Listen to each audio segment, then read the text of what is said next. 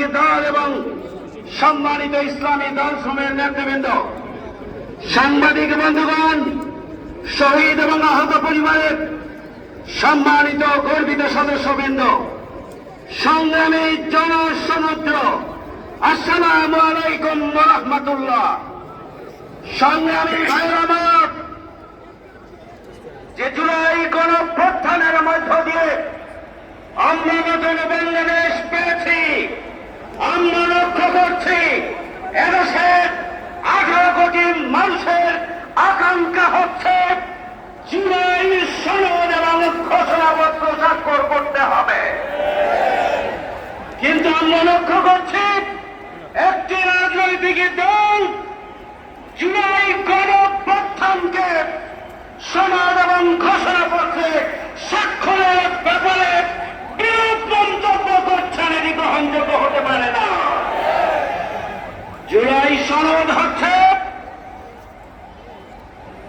আমাদের July August আন্দোলনের যে ত্যাগ এবং কোরবানি, যে শহীদ এবং আহত, তাদের রক্তের বিনিময়ে যে নতুন বাংলাদেশ, সেই বাংলাদেশের সাংবিধানিক এবং আইনানুগ ভিত্তি রচনার জন্য জুলাই সনদ আমাদেরকে অবশ্যই স্বাক্ষর করতে হবে।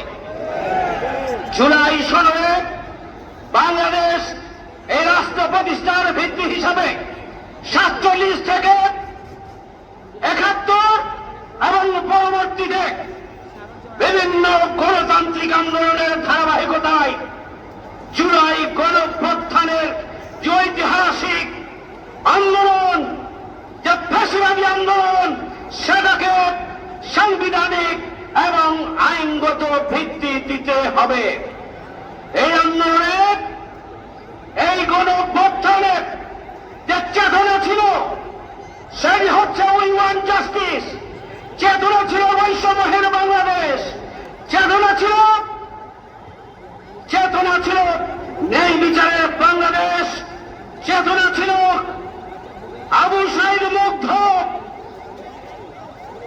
শেষ হয়নি যুদ্ধ। সুতরাং সেই চেতনাকে ধারণ করে আগামী দিনে সুখী, সমৃদ্ধশালী আর দুর্নীতি সন্ত্রাস মুক্ত একটা মানবিক ন্যায় বিচারের ইনসাফের বৈষম্যহীন বাংলাদেশের রূপরেখা আমাদের এই জুলাই সনদের মধ্যে সংরক্ষিত করতে হবে। জুলাই সনদে ছাত্র সমাজ, শিক্ষক, কর্মকর্তা, কর্মচারী, আলিয়া কৌমিক বিশ্ববিদ্যালয়, প্রাইভেট বিশ্ববিদ্যালয়, স্কুল, কলেজ, মাদ্রাসার পাশাপাশি পৃথিবীর বিভিন্ন দেশে জুলাই আন্দোলনে যারা অবদান রেখেছেন, প্রবাসীদেরকেও সম্পৃক্ত করতে হবে। সংগ্রামী ভাই আমার, জুলাই এই সনদের মধ্যে আগামী দিনে রাষ্ট্র সংস্কার এবং সংবিধান সংস্কারের মাধ্যমে আগামী দিনে এমন একটি বাংলাদেশ প্রতিষ্ঠার স্বপ্ন থাকবে, যে বাংলাদেশ আগামী দিনে